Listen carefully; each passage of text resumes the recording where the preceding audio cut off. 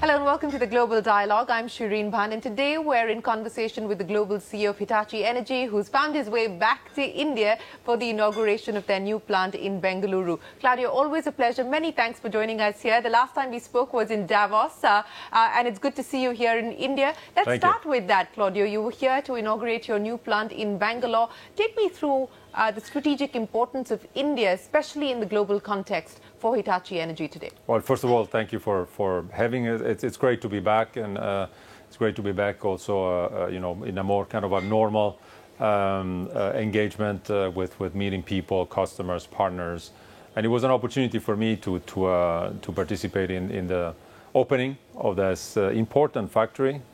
It's yet another step for us to make sure that everything that is needed from an energy transition standpoint on the technology side, and particularly when it comes to the grids and how to manage the power quality, how to manage those resources, renewable resources particularly, deliver the electricity at the quality, at the location, and at the time that is needed, with more and more electrification coming on board with electrical vehicles, with industries electrifying to clean up the processes as well. All of that, it's at the center of what we do now in this new factory, which is power quality products and components and systems, all the way from low voltage to ultra high voltage. It's great that we have all those competence here in India as well. And the importance of the market in India, everyone of course sees the importance and the relevance because of the size, because of the growth opportunity, because also of the competitiveness of this market. But for us, it's even more important strategically to support the global growth. We have, out of 40,000 people that we have globally, 5,500 are here, and about half of those are supporting the global growth from an engineering center standpoint, from a manufacturing capacity standpoint as well.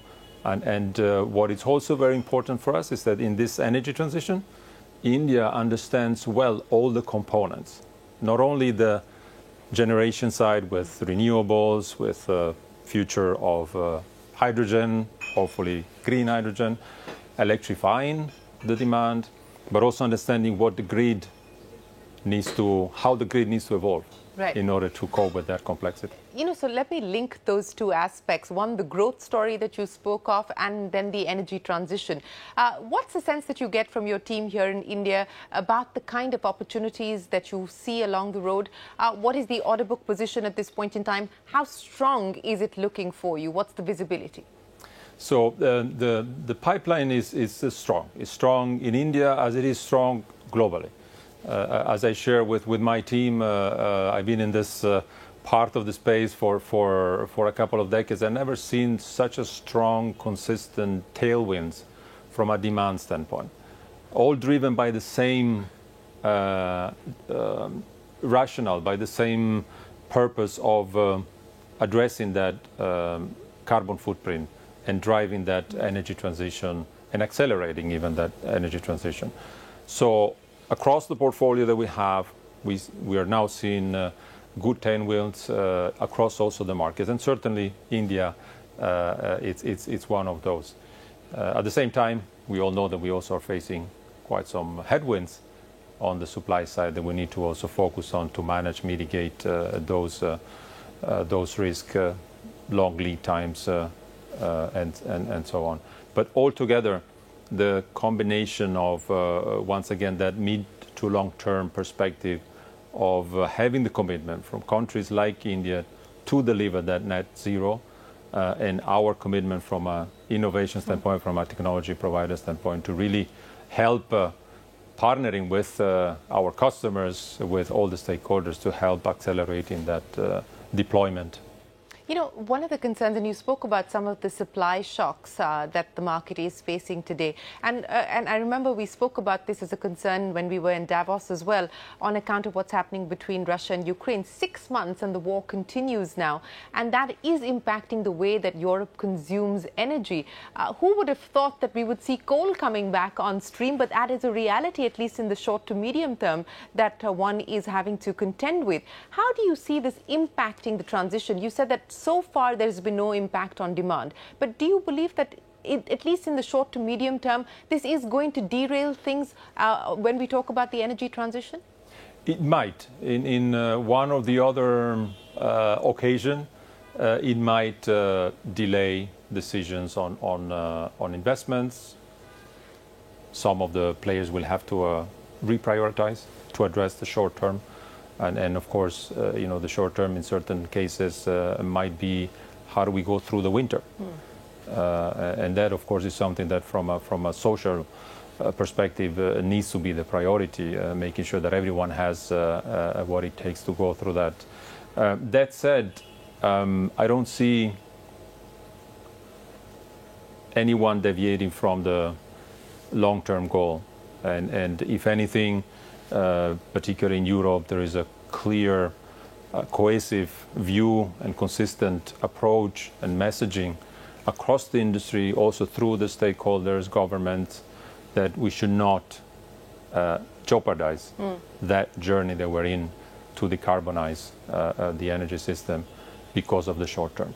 We'll have to manage priority on the short term, but the long term remains intact. Absolutely, and I think what is very evident, whether it's Europe or the US or, of course, even India, the impact of climate change is visible and is evident for all to see. But I just want to stress a little bit more on the short to medium term. And you said that this is going to be something that governments, policymakers, organizations like yours will need to manage. Now, what does that mean in terms of changes? Anything specific that you're doing differently to be able to mitigate the risks and the challenges that come up in the short to medium term, especially through this winter that is approaching?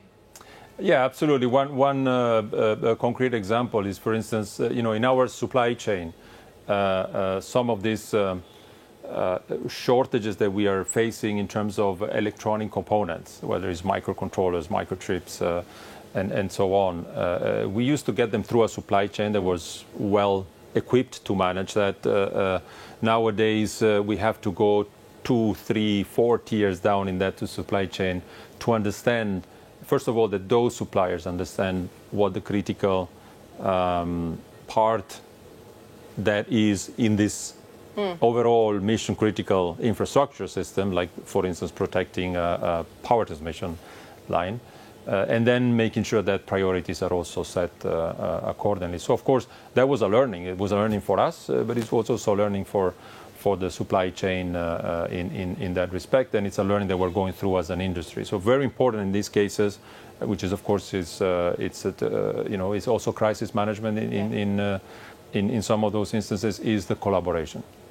So as much as I've been communicating also during our events in Davos that there is no way that we can address this, the scale and the speed that we need to deliver those commitments on net zero if we work the way we used to work in the past as silos. We have to be able to collaborate horizontally, and even more so now to manage this crisis. So as an industry, we need to look at this cohesively. We need to look at what is it that we can do entirely as an industry to navigate through the short term and then take those learnings to hopefully accelerate even further the long-term commitment that we have on decarbonizing. Right. Let's move back to India then and talk about the Hitachi Energy ecosystem. You talked about this new facility that you've set up with an investment of about 100 crore rupees, I'm given to understand. You have the facility in Chennai, which is supporting your engineering services as well. So 5,500 people is what you currently have. Given the opportunity that you see here in India, not just to address the domestic market, but for India to be able to address global growth and global demand for you, what kind of future investments will you need to make? Well, for sure, we will continue to look at investments to localize further. Roughly, if you look at the entire portfolio that we have globally as Hitachi Energy, 80% is already localized. The last step in that was what we inaugurated yesterday on the power quality. But of course, there are other parts of the portfolio and technology that we continue to invest on globally. And because, as I was saying before, India, it is today already a central part of our global strategy, but even more so looking at what we need to deliver for that energy transition, for that technology to be deployed, India will become even more important in that role, playing a role to help supporting this growth on global scale.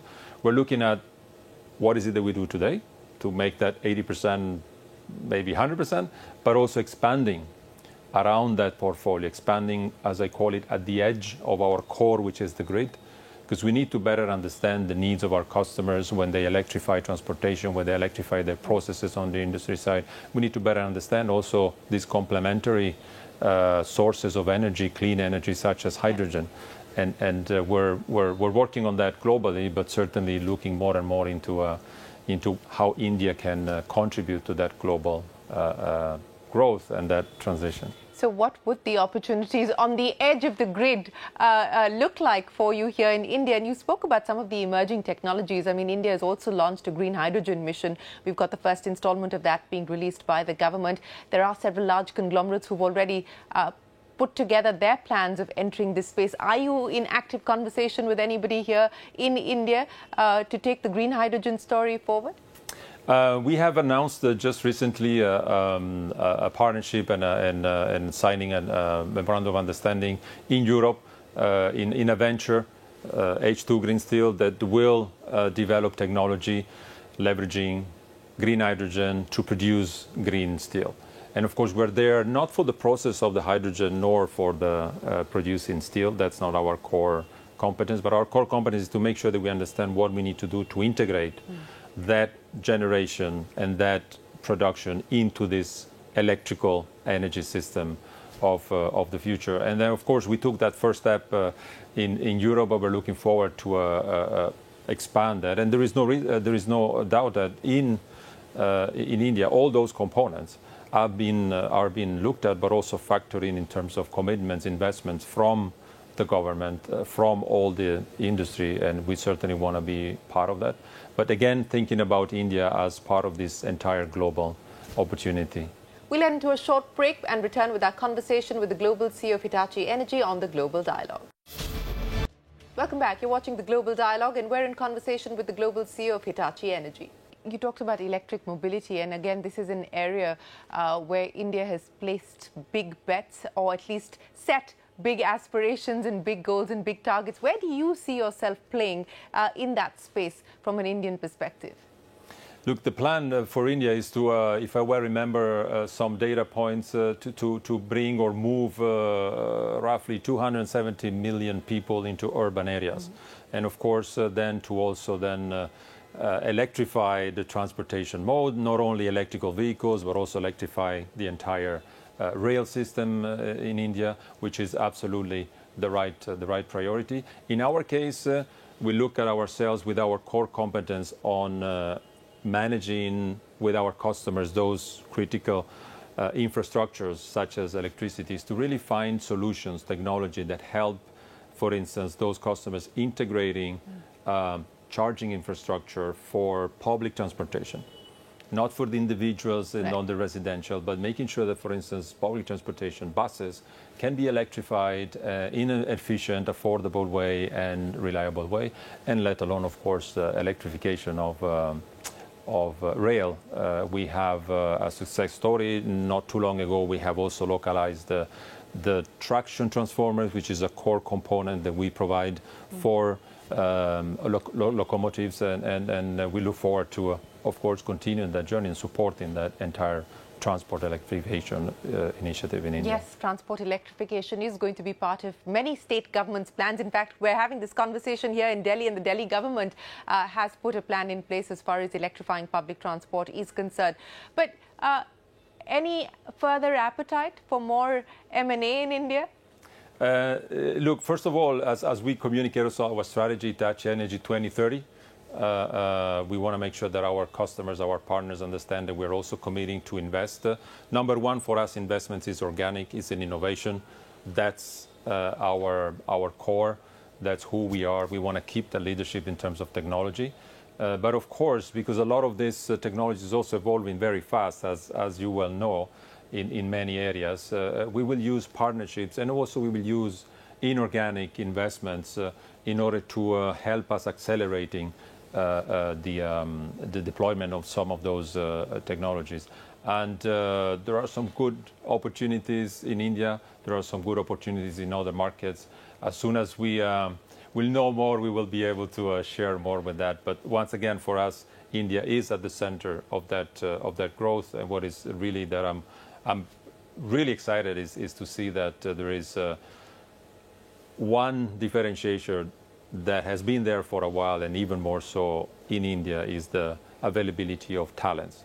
There is a talent pool, also specifically not only on the digital side, and everybody is well aware of that, but also on this energy transition. There is a talent pool for power system engineers, for people that can combine digital and energy technology and help us in innovating for India and for the world. You know, you spoke about the need to bet on emerging technologies, and that could potentially be an area of possible M&A for you. Take us through where you believe the gaps lie today. What looks exciting from a potential of being able to scale those technologies up? What will you be looking at? From an IT perspective, we are actually in a better position now that we are part of the Hitachi Group. As you know, Hitachi owns 80% of Hitachi Energy, and they've been investing tremendously on the IT and on the IoT side. We come in from an energy perspective on the OT side. We have a lot of what it takes on that one, but we now have our partner right with us that has the scale, the capabilities, the global reach to support that digitalization together with our customers. And of course, the more we learn how to work together, the more we learn what our customers need in that digital transition, in that digital transformation journey, and the more we see the opportunities then again to develop together with them organically and potentially inorganically some areas. Once again, for us, the inorganic path is really bolt-on. We want to make sure that we focus our efforts on adding that part of the technology that will help us creating a stronger, better solution, faster, and of course more efficient to our customers. Let me end by asking you about the near-term risks and challenges that global CEOs like you are faced with. Inflation, decadal highs across the world at this point in time, whether we talk about the US, Europe, UK, not that bad in India at this point in time, but certainly a cause of concern. Commodity prices, again, we don't know how long they're going to continue to last at the levels that they are, but the expectation is that it is going to continue to be tight when we talk about supply. And then the big R word, the fears of recession across several major economies. As a global CEO, how do you map these three risks today?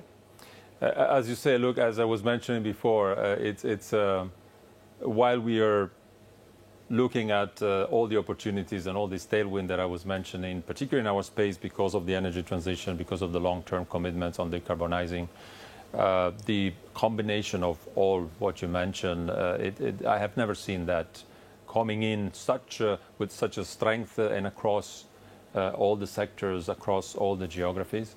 It's a challenge, and some of us, I'm old enough to go back and try to remember what we did in some of the inflationary periods that we had in the past. But many of us out there have not seen that. So it's for instance, inflation at 10% in the UK. It's something that many of us have never dealt with, and it's something new. Variability and unpredictability, on uncertainty on commodities, not only the cost and the price, but also the availability, the lead times that are longer than what we ever expected. All of that is something that we need to deal with, and what we need to do is to make sure that we learn as fast as we can how to deal with this new environment, and ensuring that once again we do this not as a silos. I won't be able to solve with my team many of these problems. Take the example of the power electronics components, shortages and so on. We have to go all the way throughout the value chain and collaborate with everyone in every step in order to make this work. And we do more and more of that also with our customers and with the broader stakeholders. But what does that mean in real ways in the near term? Does it mean a pause as far as expansion plans are concerned, investment plans are concerned, hiring freezes? Given the fact that there's an uncertain environment that you are faced with today, does it change business strategy in any form or fashion? Does it put things on hold or pause for now? You will always have one of the other projects that we will have to put on pause because the assumptions are not and the parameters are not in line with the decision we made under certain different conditions. But if you, once again, overall, I think we are in a lucky position because we have the demand supporting. So we are in a growth pattern. We are hiring in India. We're hiring globally. We're hiring talents and engineers that will help us in delivering all the commitments that we've been making to our customers and the trust that our customers have put on us. But at the same time, we need to be careful. We need to be selective.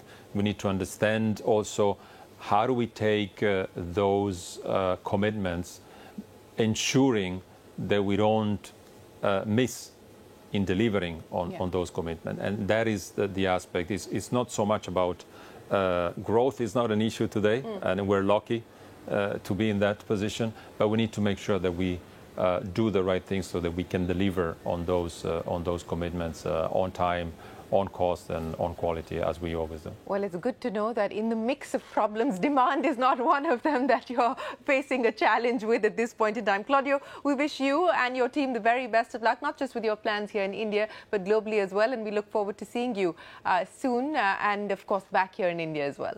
Thank you so much for having me and for your time, and look forward to be back in India soon. Appreciate your time. On that note, it's time for us to wrap up this edition of the Global Dialogue. From all of us here on the team, goodbye. Thanks for watching.